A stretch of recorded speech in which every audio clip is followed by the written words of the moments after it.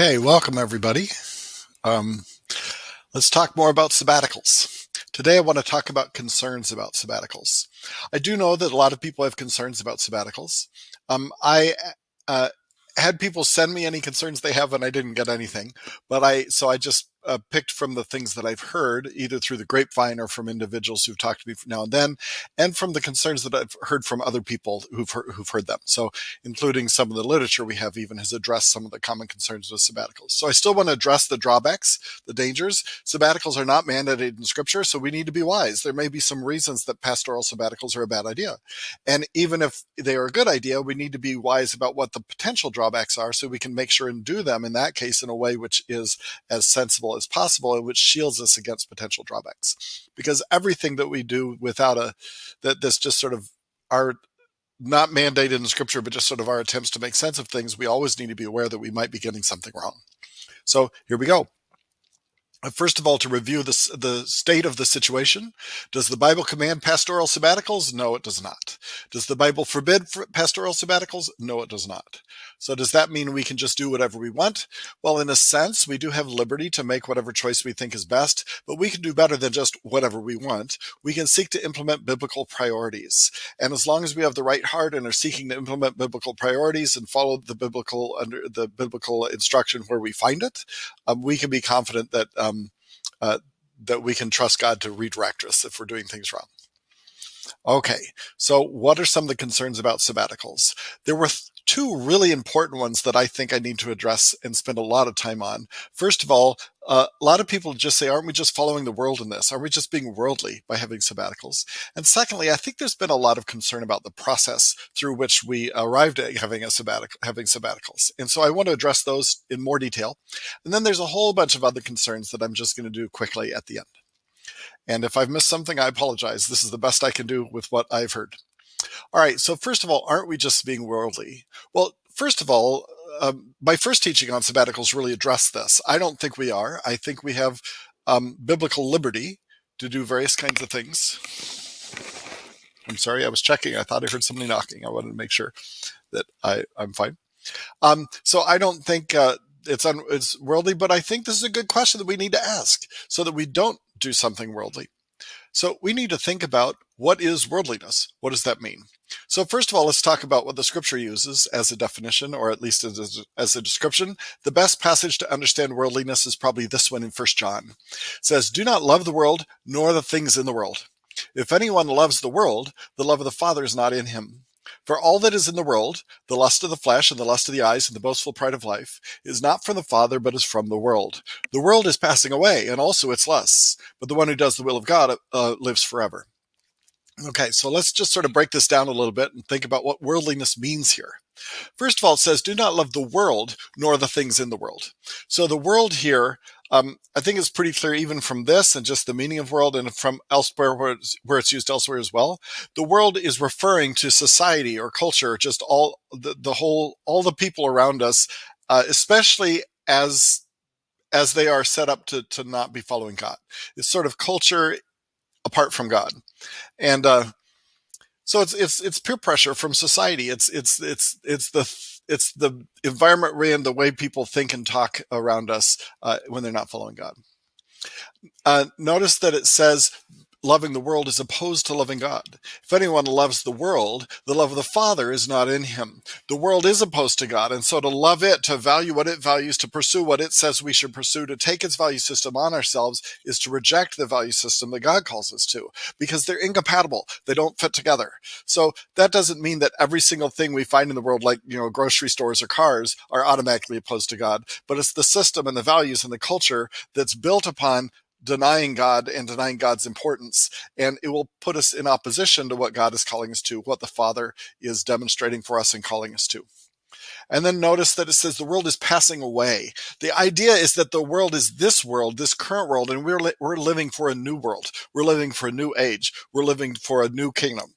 And we are living for a world which is very different, and one in which Jesus reigns supreme. Now, Jesus already reigns, but it's not acknowledged everywhere. We're all longing for the world in which Jesus' reign is acknowledged, and when things are done God's way in every area. And that's sort of what we're living for. So we're not living for today. We're living for eternity. We're living for what will last. All right. Notice that the world is full of things to desire. That's emphasized all the way through this. Don't love the world nor the things in the world. The idea is that there's all sorts of things that the world sort of presents to us and says, desire these, hunt for these, aim at these, make these your goal. Whether that's material possessions or certain experiences or whatever else it is, the world gives us lots of things to desire. Notice it talks about loving the world versus loving the Father. So it's about our desires and our wants and our loves. Notice that it says,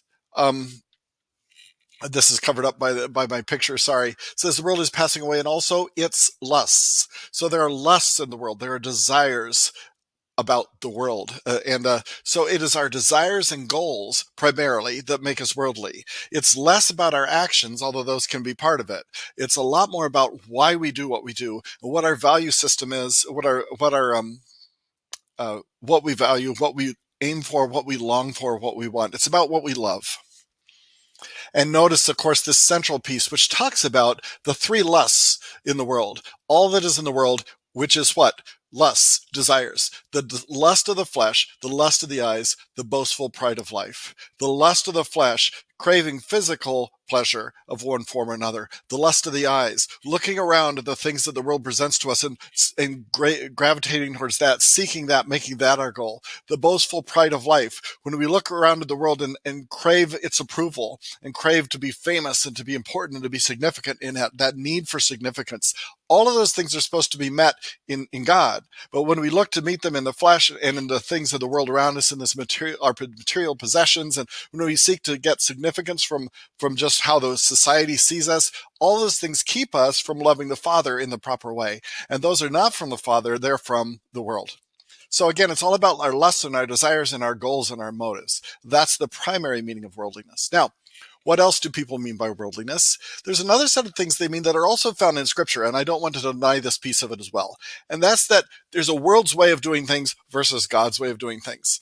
And in Scripture, we get God's way of doing things in many cases. Sometimes it describes what the world does too, but we get God's way of doing things, and we can contrast that with the way the world does things, and very often find that things that we thought were just common sense or the way to do things, those didn't really come from God.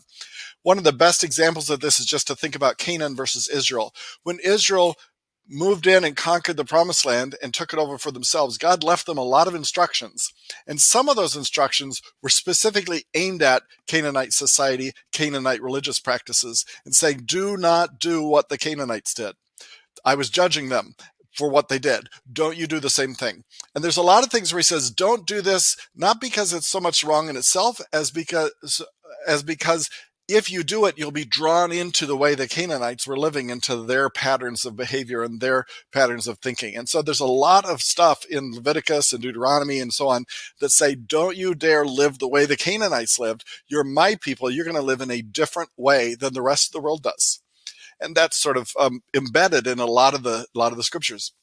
This is a simple verse that sort of brings that out. Psalms 1, 1 and 2. How blessed is the man who does not walk in the counsel of the wicked, that is, doesn't do the things that the wicked counsel him to do, nor stand in the path of sinners, that is, follow the way that sinners tell him to follow, nor sit in the seat of scoffers, that is, to become a scoffer along with the rest. But his delight is in the law of the Lord, and in his law he meditates day and night. So it contrasts God's wisdom and scripture and revelation with the way the world does things. In the New Testament, you get something very similar, not about the Canaanites, but about just the world around us in terms of other things. So, for example, in Colossians, it says, see to it that no one takes you captive through philosophy and empty deception, according to the tradition of men, according to the elementary principles of the world, rather than according to Christ. So we may not be in Canaan, but we are in a world surrounded by so-called philosophy. Well, it is philosophy, surrounded by philosophy that is pitted against God, and about science sometimes that's pitted against God, or about politics that's pitted against God, or about business practices that are pitted against God. Whatever it is, wherever you're looking, the point is that there are many things around to take us captive and to lead us into ungodly approaches to things. And he says, don't let them take you captive. Live according to Christ. Live centered on Jesus, caring about what Jesus cares about, following what Jesus tells you to do. But these traditions also even include religious traditions. So, for example, in Mark, Jesus says to the Pharisees, you're experts at setting aside the commandment of God in order to keep your tradition. So whether it's traditions of other churches or religious leaders, or whether it's traditions of secular people, or whether it's traditions of whatever we find in education or science or the arts or everything else. Everywhere we have to ask, is this coming from God, or is it coming from antagonism towards God? And we need to be willing to do things God's way as opposed to the world's way. That doesn't mean we don't pay attention to tradition and common sense. It doesn't mean we don't have good business practices. We don't, understand how to read and write and do science and all those other things. But in every case, we have to be aware that the world is antagonistic towards God. And we need to make sure that we're not falling into the world's value systems. We're not falling into the world's goals and priorities and desires. We're not letting the lusts of the world dominate our lives. Okay. Worldliness is deceptive. That's taught all the way through Scripture. So we need to watch out for things that seem right just because it's the way things are always done. We need to be willing to acknowledge that things that even seem traditional to us, sometimes they're just simply the way things have been done, and God might be leading us to do them differently. Proverbs 14:12, there's a way which seems right to a man, but its end is the way of death. It's just part of our fallen human nature that things will seem correct to us, and yet they're not. And so we need to be always open and humble and letting God teach us otherwise. And again, we need to watch for motives even more than actions. The real danger of worldliness more than actions is the danger that we'll be doing things for the wrong reasons. Here's a verse, again, it's covered up by the screen. I apologize for that. James 3 says, who among you is wise and understanding? Let him show by his good behavior, his deeds, in the gentleness of wisdom. And then he goes on and says, but if you have bitter jealousy and selfish ambition in your heart, don't be arrogant and so lie against the truth. This wisdom is not that which comes down from above, but is earthly, that is worldly, natural, that is fleshly, demonic. So what he's saying is, if you have bitter jealousy and selfish ambition in your heart, you may think you're following godliness rather than worldliness, but if you have bitter jealousy and selfish ambition, this is not the wisdom from God. You just know that. Don't be arrogant, lie against the truth. This is not that which comes down from above. That's living worldly and fleshly and demonically. That's living according to all the enemies of God. And so you know that just because of the motive, that if it's about jealousy and ambition. If we get into decisions about sabbaticals in a way that's all about selfish ambition and power plays and who has control here and is this and grabbing greedily what we can, whichever side we're on, that would automatically be worldly, no matter what view we took. And so this is kind of important. Luke 22, another example where motives and the way we treat one another are a very good indicator of being worldly. He says there arose a dispute among the disciples, among them, as to which of them was regarded to be the greatest. And Jesus said to them, the kings of the Gentiles lord it over them. Those who have authority over them are called benefactors, but it is not this way with you. So he says there's a way that the world does leadership, the way the world does power. And the way the world does leadership and power is that those who are in charge wield their authority, and they are called benefactors, but they actually just control everybody. But he says it's not this way with you. The one who's greatest among you must become like the youngest, and the leader like the servant.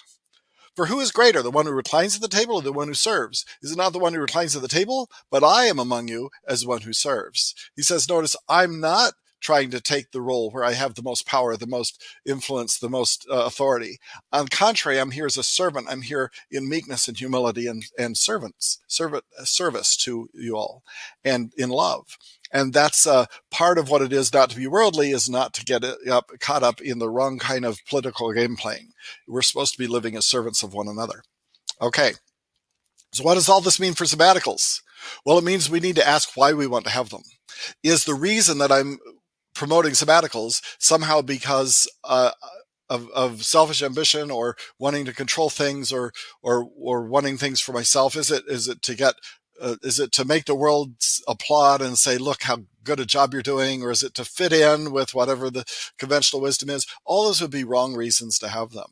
It shouldn't be just because it's the world does. And it should be just because it's what other churches do either. And it shouldn't be for other wrong motives. But, of course, we have to ask the same question if I'm opposed to sabbaticals. Why am I opposed to sabbaticals? Is it because I think it'll make us look bad, or because I'm worried I'll lose something's being taken away from me, or I'm being taken advantage of? There's a lot of worldly reasons to be against sabbaticals, just as there are a lot of worldly reasons to be for sabbaticals. What we need to do is just make sure before we even have the rest of the discussion that we are doing our best not to be worldly in our reasons. So how can I avoid worldliness in my own life? Be willing to go against current trends, be willing to search my own motives, and be saturated in Scripture so that as much as possible I'm being informed by Scripture and not just by what I see around me. And how can we avoid worldliness as a whole church? Because questions about sabbaticals are questions that it isn't up to one of us to make. It's up to the whole church, or at least the deacon board. But even there, we want to take advice from the whole church and understand what we're doing as a group. Well, first of all, that's going to be my topic next week. How do we as a church make sure we're following Jesus all together? But secondly, I will say one thing for now. It's important not to judge others' motives. This comes from Romans 14. I didn't put it on the screen, but it's important for me not to look at you and say, oh, you're opposed to sabbaticals. You must be doing it because you're being selfish. I don't know that. For all I know, you're doing it for tremendously good reasons. And it's important for you not to look at me and say, oh, you're for sabbaticals. You must be doing that because you're just trying to follow the world. You don't know that. You need to you need to trust that maybe I have good motives and good reasons for what I'm doing. And then we can challenge one another, but we need to not be judging each other's hearts. 2 Corinthians 4, or 1 Corinthians 4, I think also talks a little bit about that. Okay. Second, concerns about the process. I think a lot of the concerns about sabbaticals that some people have had has been more of a concern that the processes we followed up till now have not been right.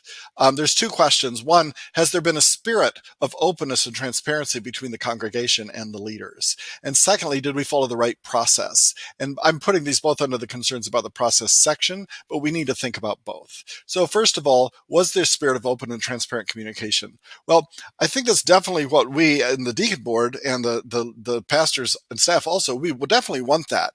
You may or may not think that, but I can assure you the best I can do it, that we really want open and transparent communication. We're not trying to slide anything past anybody or sneak anything beyond past anybody. We're trying to be as open and transparent as we can be. So let us know how we can do that better.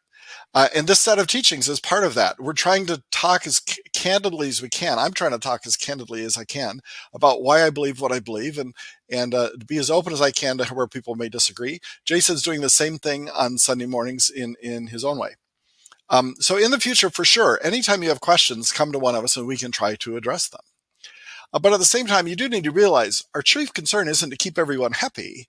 We'll listen, but we still may make a decision you disagree with. And open and transparent communication doesn't mean we always keep everybody happy. It means at least you'll know it if we're doing something you disagree with, and you'll know why. And you'll know we listened to you, but it doesn't mean that we necessarily agreed. So I just want to be sure everybody realizes we will make decisions that one or another of you disagree with. We'll try to make decisions for the most part that the congregation as a whole agrees with, but that will still mean there'll be some things we do that you personally may disagree with. That will do things that I personally disagree with. That's just part of our living in community, is we will have to make decisions that not everybody is happy with. I don't think most people are too worried about that as long as we are open and transparent and listening. And we want to be doing that. If we have not, let us know how we can do better. Second, do we have the right processes in place? So first of all, our communication processes themselves have sometimes been lacking as a church. We're a big church, and we often have things that just get missed, fall through the cracks. Somebody thought they weren't being heard because, in fact, for some reason, they weren't being heard. It didn't get to us, or we didn't notice. Or we say something, we thought we were perfectly clear about it. For some reason, most of the congregation never realized that's what we meant.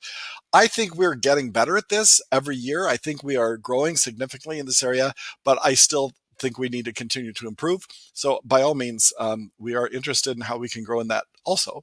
We're not going to get there instantly, but we can certainly be growing towards that. But I also want to talk about the decision process for this issue. Who made the decision and why and when? So here's my understanding of it as a deacon. And you may disagree with me on this, in which case you should come and talk to me and see if you can change my mind on this. One of the deacon responsibilities is to assist in setting policy about the duties and responsibilities of pastors and staff. So we don't choose the pastor, but we help define what it is the pastor is supposed to do. And that's written out, among other things, in an employee handbook, which covers topics like sick leave and maternity leave, the duties of each pastor, and so on. That's something that that's one of our duties as deacons, is to sort of make decisions about what goes in the employee handbook, or at least give advice about what goes in it. And we work that out. Secondly, Specifically, Jason's sabbatical a few years ago was arranged hurriedly. We did it all at once. We didn't have a lot of preparation time for it. Weren't able to do a lot of prep for it, and we did it without a standard procedure to guide us. We had no standard procedure because it had never happened before. We did it hurriedly because there was a kind of an urgency on Jason's behalf. He was being told through people he was counseling with that if he did not do this instantly, as soon as possible at least, he could end up being out of the pastorate within 3 months. And we responded to that by sort of going into crisis mode. And we did the best we could to work out what we could hurriedly. And that led to some issues. I still think it was the right thing to do. I would do it again if I had that choice again, but we don't have to do it again because this time we can prepare. We sought to remedy the problems we encountered during Jason's sabbatical by adding a sabbatical policy to the employee handbook so that we can follow going forward. The idea is that having a standard policy will protect us as a church against irregularities and potential abuses. We don't want this to become a thing where, if the deacons like the pastor, they give him a free vacation or something like that. That's not what we're talking about. And having a policy that's in place will help preserve us from having those kinds of decisions made in that kind of way. It'll be just, this is the way it's done. And there won't be any playing of favorites. And I just think personally, and the rest of the deacons obviously think somewhat of the same thing, we think having a policy is better and less liable to be abused than just sort of deciding with every time there's sabbatical, every time there's a pastor, what we think we should do. Okay, so we don't think the congregation, by the way, should vote in general on every policy in the employee's handbook. There's pages and pages and pages of this, and we think that's what you've elected us to do, is to make those decisions. But we certainly want to be responsive to church members if they express concern about a specific policy. So we made a sabbatical policy a couple of years ago, and then we realized that, in fact, there were still some members of the church who were far more concerned about this than we realized. I'm not sure I would do anything different in what we did, but now knowing that there was that much concern, we definitely want to engage the conversation more in conversation about this and hear reasons why we should do it differently and understand those as much as possible, as well as to communicate as clearly as possible to the congregation what kinds of decisions we're making and why. There do seem to be a handful of people who are deeply concerned about the sabbatical policy, and there's a whole lot more who are not sure, but they're concerned that other people are concerned and they want to know more about it. And so we want to that's what we're trying to do is make this as something that there's as much communication about as possible. We always, and still, this is absolutely true, and you can disbelieve it if you want, but I'm just telling you it's true. We always welcome constructive feedback from any individual concerned about anything we're doing as a church. That doesn't mean we'll do whatever they say, but we'll listen and we'll pay attention and we'll take it seriously. Constructive feedback, we'll listen to other feedback, but we're less likely to worry too much about it. But if you have feedback and you want to tell us something, please tell us. And in addition, PJ's current teaching series and my current teaching series, that is an attempt to engage the congregation in conversation about sabbaticals in a more intentional way, because we thought it just happened and it clearly didn't. So we're saying, in that case, here's what we're thinking. Talk to us. Let me know. Let PJ know. Let other deacons know where you have concerns. We want to hear those. All right. Few other concerns that people have. First of all, there's a misconception about sabbaticals. This is really important to understand. A lot of people are worried because they're thinking of the sabbatical as a vacation. But the sabbatical is not meant to be a vacation. It's meant to be another pastoral season. The pastors are still at work during the sabbaticals. They're just not at work here. They're at work seeking God and getting themselves spiritually renewed and preparing themselves to lead the congregation more effectively. So in our sabbatical proposal, here's what the paragraph says relevant to this. It says, pastors must submit a sabbatical proposal to the Board of Deacons, outlining in general terms how the sabbatical time will be invested. Sabbatical proposals should reflect a balance of spiritual renewal, physical rest, personal and family recreation, intellectual growth, and evaluation. So there is some physical rest, there is some personal family recreation, but if you're using the sabbatical just to take a vacation, you're missing the point of the sabbatical. We want to know, how are you going to have spiritual renewal? How are you going to have intellectual growth and evaluation? And those are part of what's going on. We're hoping that you'll use the sabbatical, if you're a pastor, to really seek God and to really clarify your calling as a leader of our congregation, and that you'll come back closer to God, more spiritually powerful, and more on point in terms of how you're leading the congregation. I think that certainly happened with Jason. I think everybody saw the way he was renewed when he came back, and it was good for the congregation. And so that sabbatical was pastoral work for him. It was just pastoral work in a different way. So that's how I would see sabbaticals, not mere vacations. There is a vacation aspect to them, but only because you need to have that rest and personal family recreation in order to really settle into what God is trying to show you at times. Okay, second, there is a potential for pastoral abuse of sabbaticals. I haven't run into many people who are worried about that here. Maybe there were some, but certainly if you read the literature about this, a lot of churches have run into this.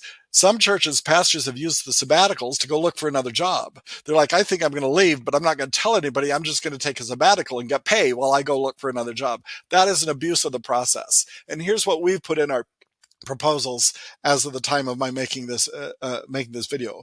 We have a paragraph that says a pastor who takes a sabbatical makes a 1-year commitment beyond the sabbatical to ministry at Harvest Time Church, Bible Church. In the event this obligation is not met, the pastor taking the sabbatical will be responsible to reimburse the church for sabbatical expenses, along with salary and benefits afforded them during the sabbatical. So we're trying to avoid that by this paragraph. Third, how long should the sabbatical be? Now, I'm a big fan of 3 months, but that is not a biblical mandate. And if everybody thinks it shouldn't be 3 months, I'm okay with that. It's not how I vote, but I'm okay with that. Our proposal is but 3 months is a little misleading. Our proposal is 1 month sabbatical after 7 years of service here, or 7 years of service in ministry. 2 months after 14 years, and 3 months after 21 years of service. And then it stays at 3 months, every 7 years thereafter. So we're not, when I say 3 months, I mean after 21 years of service, 3 months every 7 years. I don't think that's all that much, but you can disagree, and that's fine. This does reflect the advice of Care for Pastors, which is a pastoral support ministry we've talked with. It reflects sort of the average of what different churches and leaders have thought around the country, but we're just trying to make the wisest decision, and we could have this wrong. So this is certainly something we can reconsider. It's also possible that Jason probably needed 3 months, but that could have been because he had been without any kind of sabbatical for 20 some years, and that it would be different if he had had regular sabbaticals. Part of our hope is that if we give pastors regular sabbaticals, they won't reach a point of crisis and it won't be an issue. And so maybe it will turn out we don't need 3 months, but let's find out, and let's make the best decision we can. Finally, can the church handle having the pastor gone so long? Sometimes that's a concern. I will just say we did last time, and that was with the head pastor gone, but only because people helped. Other pastors and staff stepped in and did extra work to make up for his being gone, and the congregation really stepped up and volunteered a lot and tried not to be always asking for pastoral needs when Jason wasn't there to help them. That was really helpful. And I think God can use the sabbatical as a time to grow the congregation as well as the pastor when there are other good reasons to have it. Finally, a few people have said basically, well, I don't get a sabbatical in my job.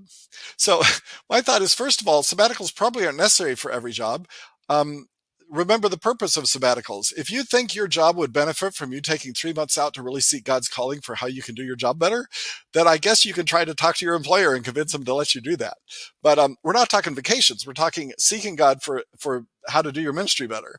But yeah, maybe that's possible. Some careers probably would be better off sabbaticals were provided that, but we can't control that. The deacon board is not in charge of what your employer does. If you'd like us to tell him we think you should give your employees sabbaticals, maybe we can do that, but I don't think they would listen to us. But even if the world doesn't usually offer sabbaticals, that doesn't mean we have to follow their example. We're not trying to imitate the world. We're trying to be different than the world. And so maybe even if you don't get sabbaticals in your job, maybe that's because your job is not it's not Christian oriented. It's not being run by Christians, and your employer is maybe thinking from a worldly perspective. I don't know. I'm not going to judge. I'm just saying it doesn't really matter what the rest of the world is doing. The question is, what should we be doing as a church? And maybe it's not to have pastoral sabbaticals. Maybe it is. But the question is, what should we be doing, not what do others do? All right. That's my thoughts. Let me just mention these 3 things about Harvest Time's path to Christian growth. You know the drill. I say this every time. We think that part of Christian growth is to love God, to love people, and to do something about it.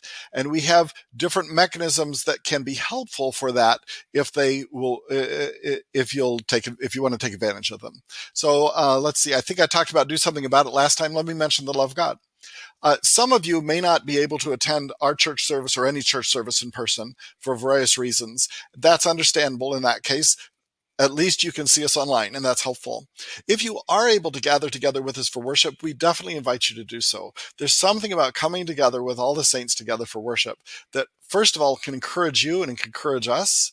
just by our presence. But secondly, there's something about our being able to come together and make a kind of a statement to the whole universe that says we are here because we love God. We're here because we love Jesus. We're here because we want to stand together and say, this is what we are about. This is who we are. That is part of Christian growth and part of loving God.